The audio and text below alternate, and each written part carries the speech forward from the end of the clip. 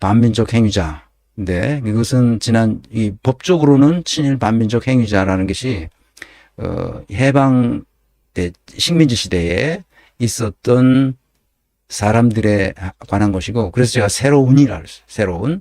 새로운 친일 반민족 행위자들에 관한 것을 예전에 만든 그 법률이 있습니다.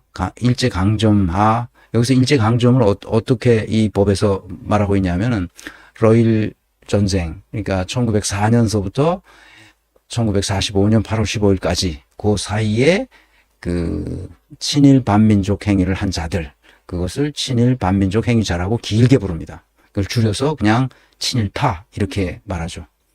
그런데 이 법에서는 이 20가지 행위를 한 사람을 친일 반민족 행위자라고 규정하고 있습니다. 20가지예요. 그 중에 걸리면 친일 반민족 행위자에 해당되고, 그런 사람들이 친일 반민족 행위자로서 재산을 모았다면 그것은 국가에 귀속하도록 특별법을 만들었습니다. 이 2가지 법에 의해서 친일 반민족 행위자가 규정됩니다. 그런데 그거는 이제 해방 전에 이 일제강점기에서 일어났던 행위를 말하는 것이고, 이제 새로운 친일 반민족 행위자가 나타났다는 거죠. 그래서 얘네들 다 친일파다. 그러니까 친일 반민족 행위자들이다. 이렇게 말할 수 있습니다. 그래서 이제 어제 우리는 친일 반민족 행위자가 어떤 사람인지를 이제 분명하게 알게 됐죠. 아주 확연히 드러났습니다. 광복절 경험하면서부터 어제 그제 요 어간에 도저히 한국인으로서는 있을 수 없는 일들이 일어났단 말이죠. 그러니까 이건 심각한 문제죠. 심각한 문제죠. 이건 국가의 정체성에 관한 문제고 한 개인의 정체성에 관한 문제이기도 합니다.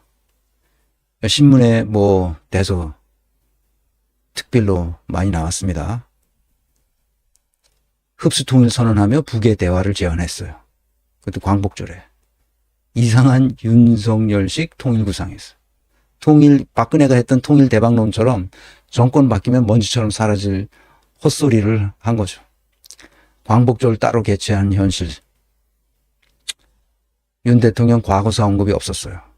미쳤죠. 그러니까 이 제정신이 아닌 거야. 광복절 초유의 매국 정권 구호. 매국 정권이라는 구호가 나왔죠. 윤석열 역사 인식에 시민들이 분노하고 있습니다. 유승민조차 일본 없는 광복절 경축사 기괴한 윤 대통령 허은하는 피해 망상에 쩌들었다. 이렇게 말하고 있습니다. 광복절 행사가 두동강이 났고 대통령실은 광복회를 깎아내렸어요.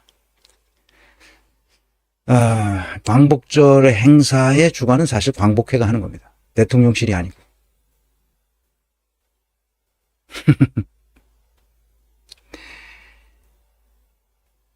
윤석열 반통일, 반자유, 검은 세력, 적대적 경축사. 섬뜩한 도끼가 느껴지죠. 이래서 이재명이 작사를 내야 한다고 말했던 겁니다. 이래서. 정말 심각하죠. 광복절 경축사는 정상회의다. 모든 신문들이 한결같이 이렇게 말하고 있습니다. 여기다 그 자리가 좁아서 다 보여드리지 못하는데 엉망진창이었다는 것을 말하고 있습니다.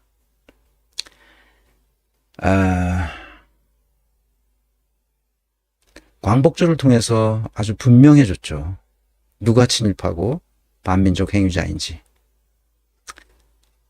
기념식 현장에서 터져나온 타도 윤석열, 김갑년 단장이 윤석열 친일 편향 국정기조 내놔라. 그럴 생각이 없다면 대통령실 물러나라. 라고 경축사에서 축사를 하면서 그 얘기를 했습니다.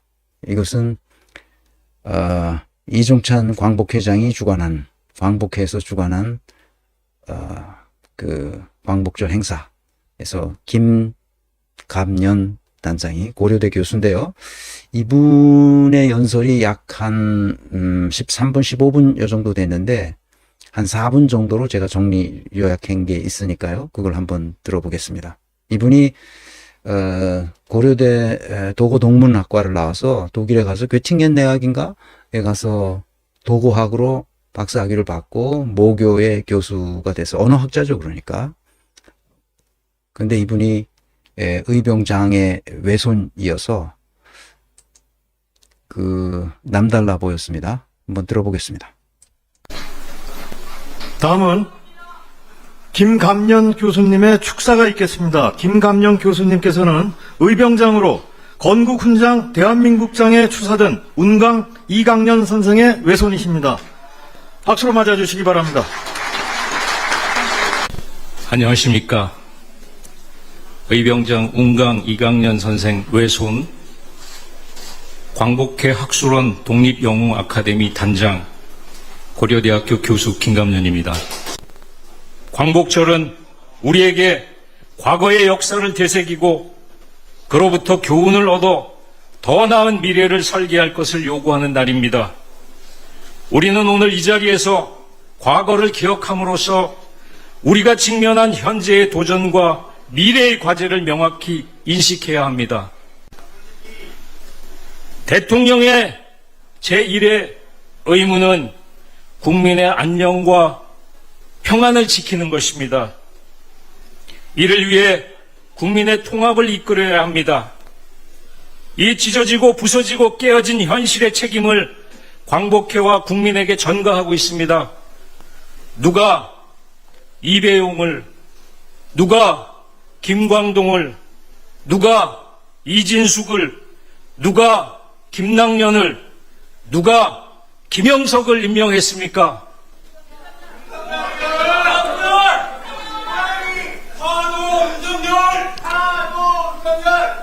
대통령은 건국절 논란, 먹고 살기 힘든 국민에게 무슨 도움 되나?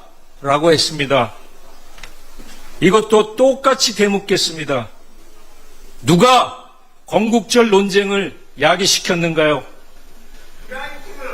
그리고 항일 의병 투쟁과 독립운동, 3.1 독립선언과 임시정부 수립, 1945년 8월 15일 나라를 되찾은 역사는 우리 민족의 혼입니다. 길은 하나입니다. 지금까지의 친일 편향의 국정 기조를 내려놓고 국민을 위해 옳은 길을 선택하십시오. 그것이 후손들과 국민 모두가 사는 유일한 방법입니다. 그럴 생각이 없다면 대통령직에서 물러나십시오.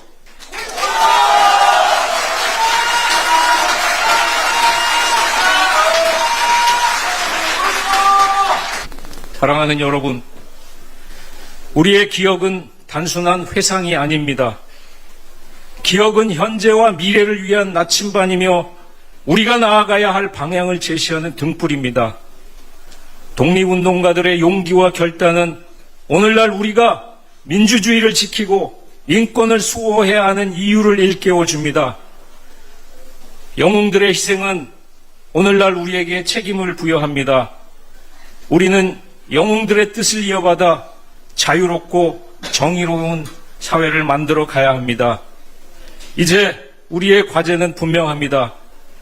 우리는 일본의 역사 부정과 제국주의적 망상을 단호히 저지해야 하며 동시에 우리 내부의 역사 왜곡 세력에 맞서야 합니다. 이를 위해 우리는 올바른 역사의식을 고취하고 민주시민 교육을 강화해야 합니다. 역사는 결코 과거의 이야기가 아니라 우리의 현재와 미래를 위한 중요한 자원입니다. 한나 아렌트의 악의 평범성이라는 개념이 있습니다. 모든 사람이 당연하게 여기고 평범하게 행하는 일, 그 자체로 악이 될 수 있다는 것을 말합니다. 예루살렘의 아이시만의 재판을 보고 아렌트는 아이시만의 죄는 없다. 그는 충실히 명령을 수행한 하수인에 불과하다. 그의 죄가 있다면 생각하지 않는 죄, 무사유가 그의 죄이다. 라고 얘기했습니다. 네. 제가 하고 싶은 얘기를 김낭년 교수가 그대로 했습니다. 제가 그 광복절 축사 그 한 거를 쭉, 다 보진 않았지만 주요, 인사들이 하는 걸 봤는데, 그 윤석열은 그거는 일단 그 친일파의 반민족 행위자에 포함된다고 말할 수 있겠습니다. 뭐, 아니, 그 윤석열뿐만 아니라 그 친윤 핵심 세력들은 다 그렇습니다. 그러니까 이배용을 누가, 이거 국가교육위원회 위원장이거든요. 교육을 총괄하는 자리입니다. 이배용도 그 이대 총장을 한 양반인데, 박근혜 시절에는 그 국정교과서를 국정화하겠다고 얘기해서 떠들썩하게 했던 바로 그 사람입니다. 김광동은 진실화해를 위한 과거서 장려위원회 위원장인데, 이 사람도 친일파입니다. 뉴라이트라고 말하는 게 다 친일파들이 말합니다. 이진숙은 말할 것도 없고, 김낙연 한국학중앙연구원장, 김형석 독립기획관장, 다 이 사람들이 친일 행각을 지금까지 해왔던 사람들입니다. 분명해졌죠. 뭐가? 윤석열과 친윤 핵심 세력은 새로운 친일 반민족 행위자의 반열에 속한다고 봅니다. 그러니까 새로운 친일파가 나타난 거죠. 문재인과 친문 핵심 세력에게 새로운 친일 반민족 행위자를 뽑아 앞에 카펫을 깔아준 책임을 물어야 합니다. 이건 문재인에게 책임을 물어야 하는 거죠. 왜 그런지는 어제 뉴탐사에서